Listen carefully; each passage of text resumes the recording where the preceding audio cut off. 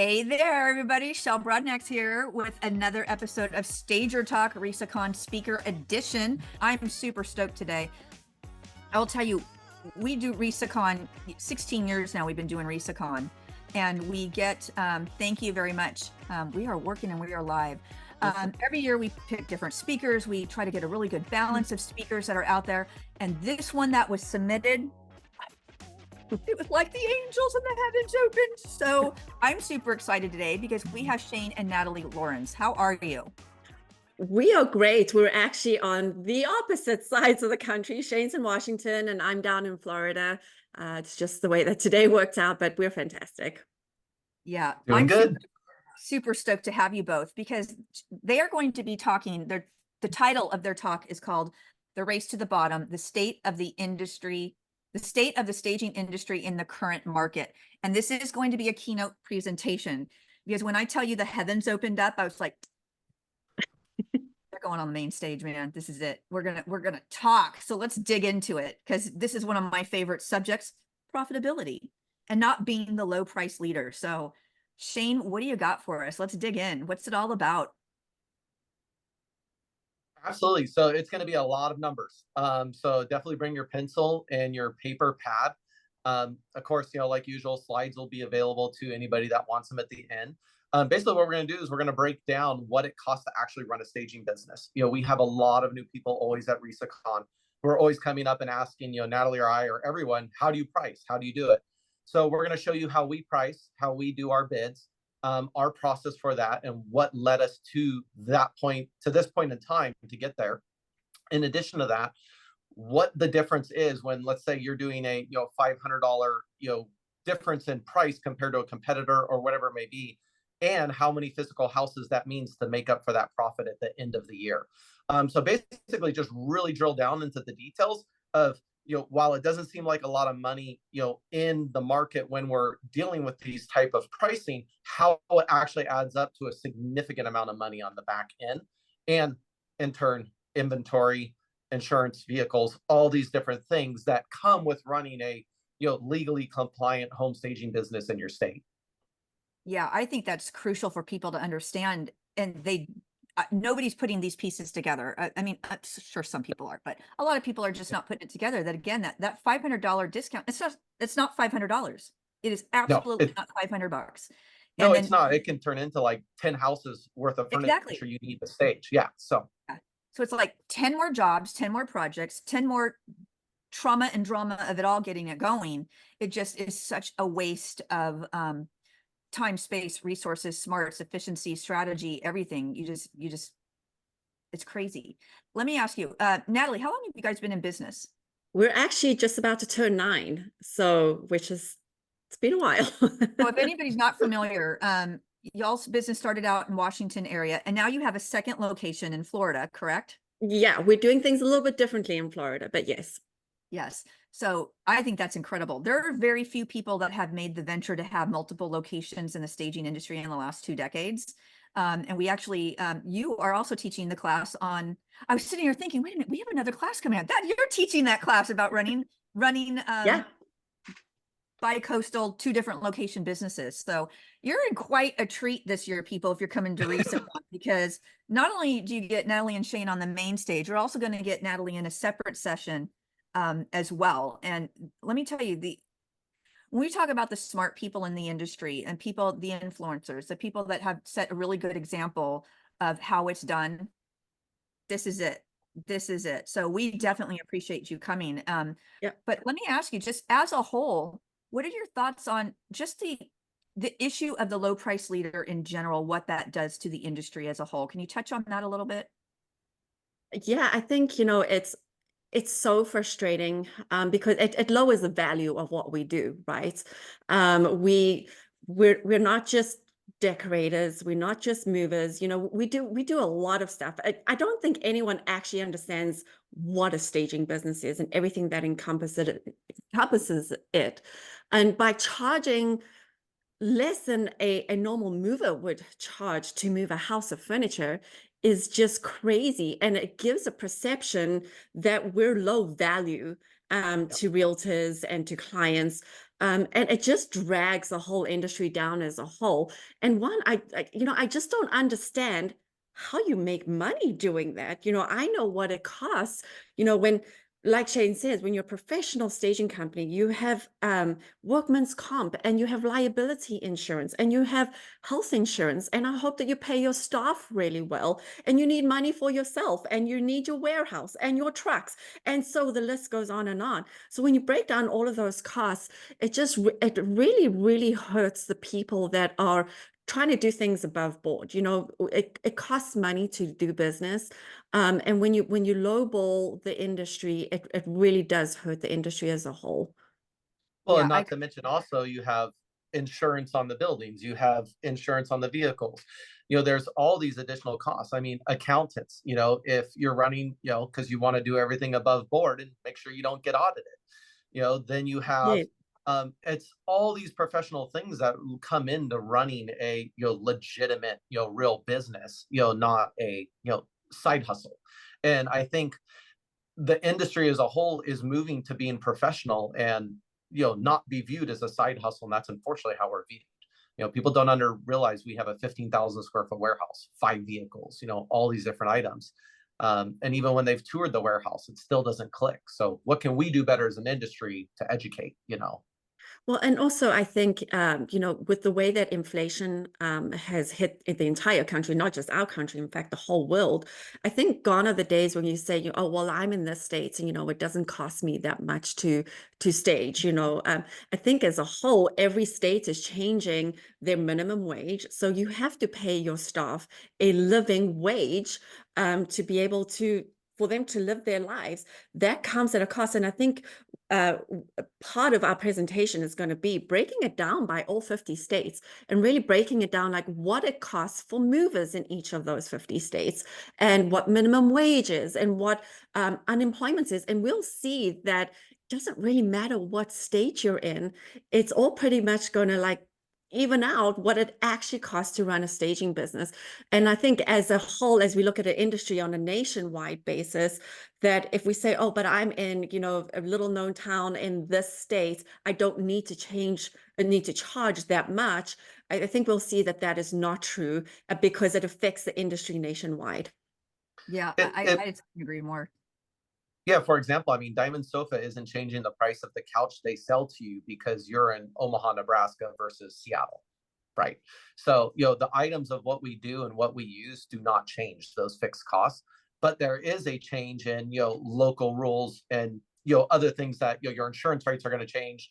Like in Florida, car insurance there is insanely expensive compared to Seattle, right? So while you may be lower in these things, a lot of things when you really start putting, pen to paper, actually start leveling across everything. So right.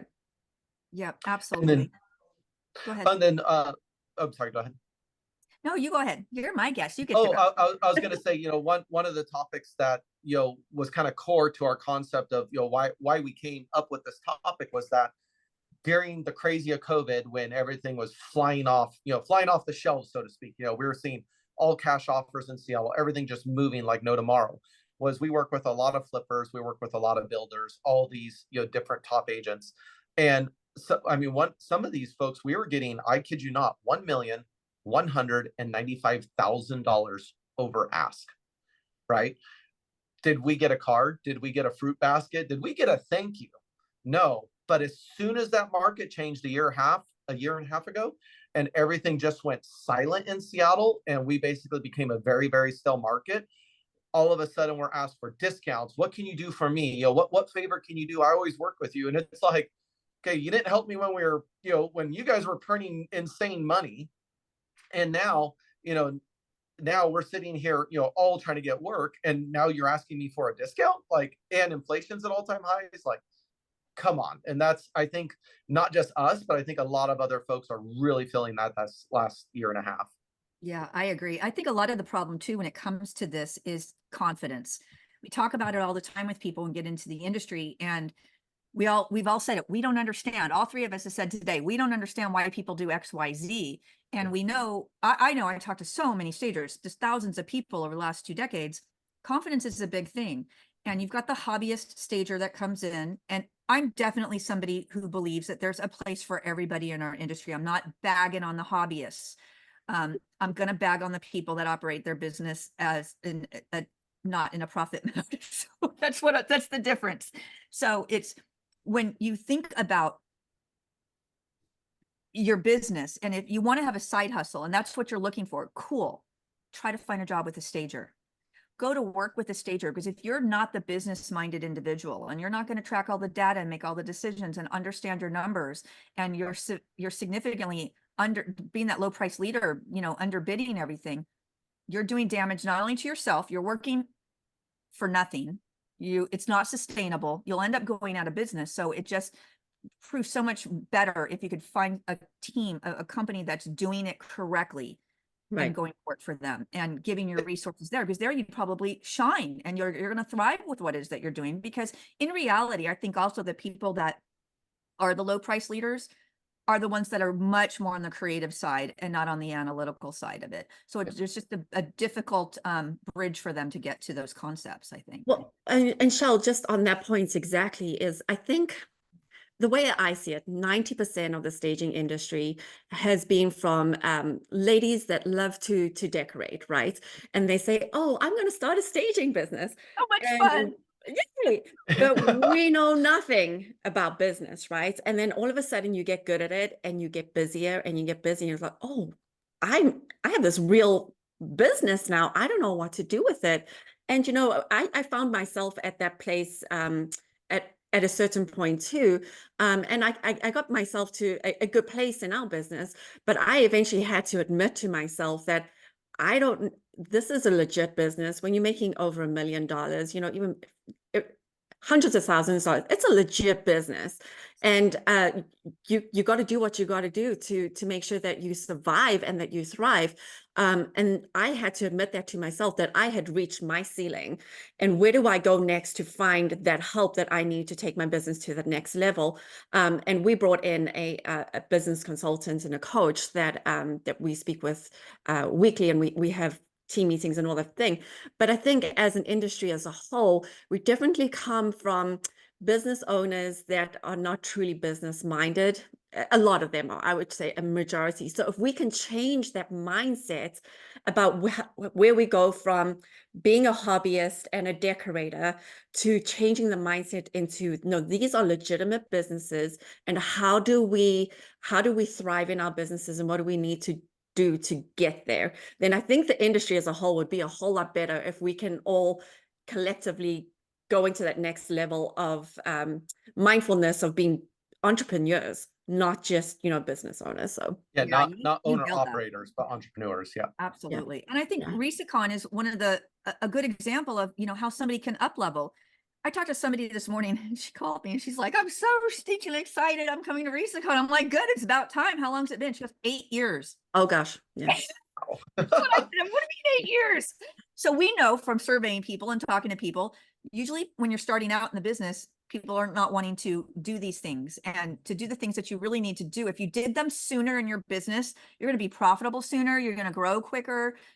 Everything is just going to be better with your business if you can start doing it correctly, more towards the start of your business rather towards when you're a teenager in your business, so to speak. Right. And I think RESACon, every year we have such amazing content that is for people in every single level of their business.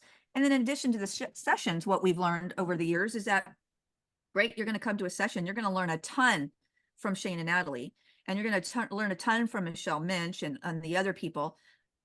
But the conversations also that you have in between your sessions, while you're at dinner, while you're at lunch, or while you're at breakfast, you're going to solve somebody's problem, and you're going to feel so good that you walked away and helped somebody, and someone else is going to help solve the problem that you might have. So there's so much in it. And I think that the mindset, I agree, Natalie, if we can get people in sooner and understand that this isn't just the side hustle hobby, it's not fun per se. The fun part is very limited. Staging is like 10% of it, and you've got 90% business. So very right brain, left brain. But you can also have people, you can also be successful. So I don't want anybody to think that if you're more of the creative that you can't be successful at your business. You can bring people into the business that have the part of the brain that you don't have. I have to bring people into the RESA business that have pieces of the brains that I don't have. This is why other people work here. So I think everybody needs to understand that. And the more that people learn that they don't have to be a solopreneur. They can be an actual entrepreneur and be profitable from the get-go. And you don't have to be a giant conglomerate staging company with multiple locations. You can be a boutique. We've actually got a session on being a boutique staging business at RESACon this year as well. But the same principles apply. Exact same principles are going to apply. It's just a matter of whether you scale or not. Exactly. All those costs are the same. It just depends upon, how many individuals, how many trucks. That's just the multiples of scale, right? So yes. Stager math. Yep. Any other thoughts that you guys have? Oh, you're also gonna you're Decours. Let's talk about Decours art. Let's give that a plug. Tell us about Decours art, how people can get it. So we have online is all our prints. So we do a lot of print on demand. So if you're using you need frames and swappable art, you can order prints online very quickly. If you need finished art, like what you see behind me is all stuff I've made. If you need anything like that, we do have RESA pricing. It's, I believe, on the RESA website. Also, you can just email me off of decours.art. It'll go straight to me and I can send you that RESA price list. And to order finished art, we basically just need the part number you want, size, and frame type, and then we can build out a quote and also quote you for the freight, because as soon as you get into this large size stuff like you see behind me, UPS and FedEx won't take it, so it has to go on a pallet. And we usually recommend filling the pallet so that it's worth your while, and that usually works being about 12 to 15 pieces of artwork per pallet. And then depending upon the size, sometimes we can squeeze some more on top, kind of like a pizza box. I love it. Question for Natalie, we have coming in. We're going to switch over to working on the remote business side, because remember, they're giving two different presentations. What, in your opinion, has been the biggest struggle when you made the move to do another business in a different location?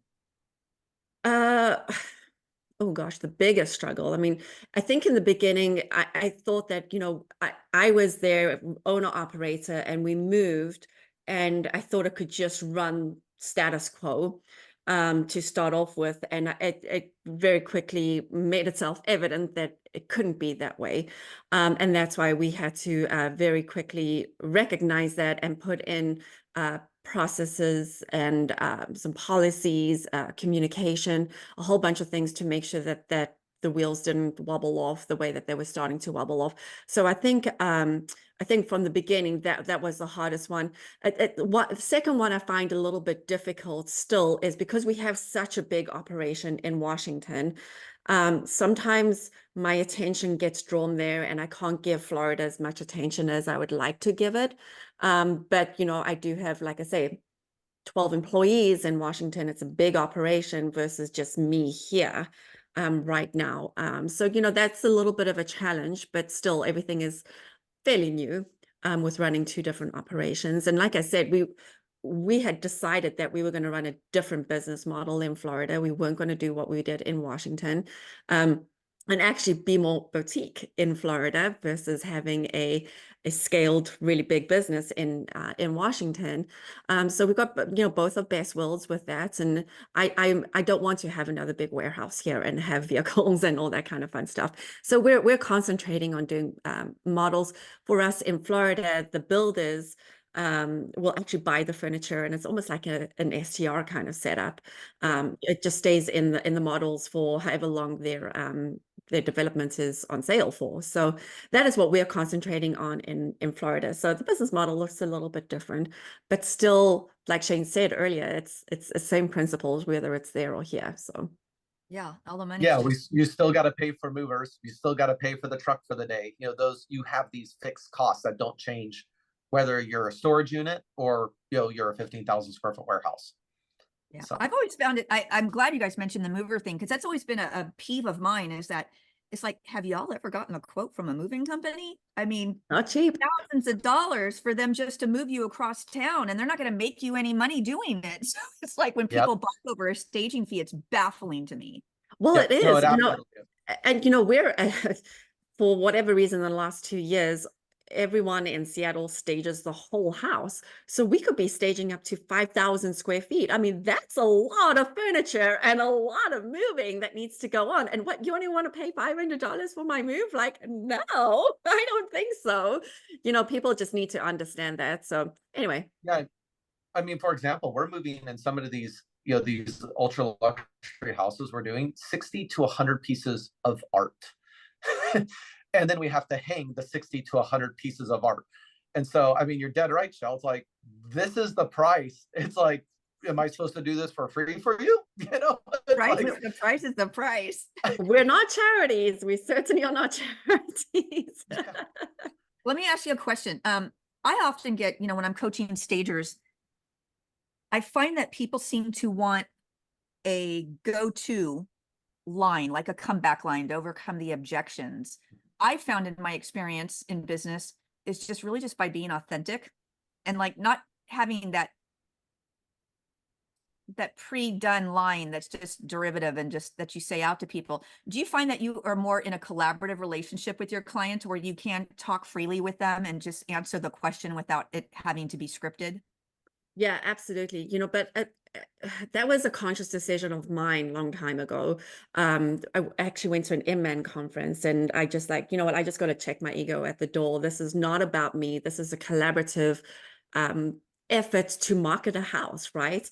You know, I learned from the RESA presentation, I forget the title of it, but it's merchandising a house. That's what staging is, right? And we all have the same goal to merchandise and market this house, right? So it's not about me, it's not about my design, it's about collaborating with our clients. And I actually just had a conversation yesterday. We're going to have a fairly difficult stage tomorrow, specifically because they are very particular about what they want to go in the house. And that's fine, that's their vision, right? And I can sit and argue with them all day long about, you know, the points of staging, and it's about this, it's about the buyer, it's not about the seller. But at the end of the day, they're still the clients and they want to be heard. And so I just gave them the freedom to just talk, you know, just let them talk, and was able to just get a few words in here and there. But that's how we do our business. And we have won over so many people by just being authentic and just being straight with them. It's like, that's not going to happen. I know you want that. That's not going to happen. But let me see if we can do this for you, or that. And yet the scripted ones. And quite frankly, when you're put into a situation and that's not your normal jam to talk that way, you get nervous and you don't remember what you're supposed to say. Yep. So you may as well just be your authentic self and say, you know, yeah, that's not going to happen, or this is what I can do for you. So the script just doesn't work. I mean, I have an elevator pitch. I Sure. really have to think about what my elevator pitch is, because it's not something I say every day. And it's a really good one at that. But it's just, you know, when it comes to those kind of things that you don't talk about every day, it just doesn't work. Just rather just be yourself and you'll figure it out with your Yeah, clients. I agree 100%. Those difficult conversations, you just got to have them and be super honest. Because I actually think people do appreciate honesty. Because if you come up with a scripted one-liner for an objection, it's not conversational in nature. I mean, you're literally, you're not engaging in your particular client. So they see through that. They really see that. And they're like, it's just a one-liner. Well, you know, Heard. I had a client a little bit conversely on that, right? It wasn't an objection from them. It was an objection from us. The house was so big. It was massive. And there was just rooms and rooms and rooms. And we had gone through a whole list. There was a craft room and there was a gym and there was a sewing room. And then like eventually it just there's felt a homework gross. room. There's everything. Yeah. It just felt gross. And I was like, I can't think of any other rooms to make this room something as a function, right? And I actually called the agent and I was like, hey, you know, I want to just talk about your stage. I know you want the whole house stage. And I said to him, honestly, this is starting to feel gross. We're just trying to make up stuff to make up stuff. And I don't think that this is the right path that we should take on this house. How do you feel about doing a hybrid, doing a few rooms that could be of different uses, but not doing every room? And he went away. He goes, thank you for your honesty. You know, thank you for coming to me with that. And he went away, he spoke to his clients, and they decided to go with the hybrid version that we had offered to them. So I think sometimes it just feels like just doesn't feel right, and you're just really stretching and really trying when you don't need to, being honest with your clients about it, they appreciate that, and they come back all the time because of that honesty. And they know that we're not just going to try add in rooms to make more money for ourselves. We want to do the best thing for that house, and make it shine as best as possible and attract that buyer. So I love Yeah, I that. mean, we're oftentimes trying to talk people out of doing all these rooms, but in the Seattle market, they're just like, in Stage Force, we'll literally have like 22 spaces. It's actually just ridiculous. And we're like, hey, you could, because like you said, they're price cautious. And we go, okay, well, we can lower this bid. Why don't we take out like, the 5 guest bedrooms? And it's like, oh, no, we got to have those. It's like, okay, well, that's 5 bed frames, 5 beds, 10 nightstands, on and on and on and on. And then the extra truck that day, the extra 2 people, like, it's like, well, okay. It is what it is. Let's break it. It is what it is. I got nothing else to tell you. And it's like, we'll tell them that. And they're like, well, I think we really got to do them all. I'm like, it was funny. I was just in Washington this weekend. I was helping the team pick for the stage, and I said to Shane, hey, you know that I have 40 rooms to pick this weekend. So in other words, just leave me be so I can concentrate, because 40 rooms is a lot to pick and try get a cohesive design in 2 days. Yeah. In 2 days. Yeah. How many square feet is that home? Well, that was over two houses. The one was, I think, like 3,600 square feet, and the other one is close to 4,000 square feet. So yeah, it was a lot. Yeah, I think it ended up. Where are you guys located in Florida?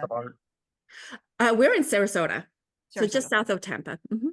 Very good. So we have another question here. Why? What is your why for joining RESA? Your why statement. Why did you join RESA and attending RESACon? We know now that you've become great speakers, and we know that you got gifts to give to the world. We're going to capitalize on that. But before that, what was your reason on getting involved with RESA, with the trade association?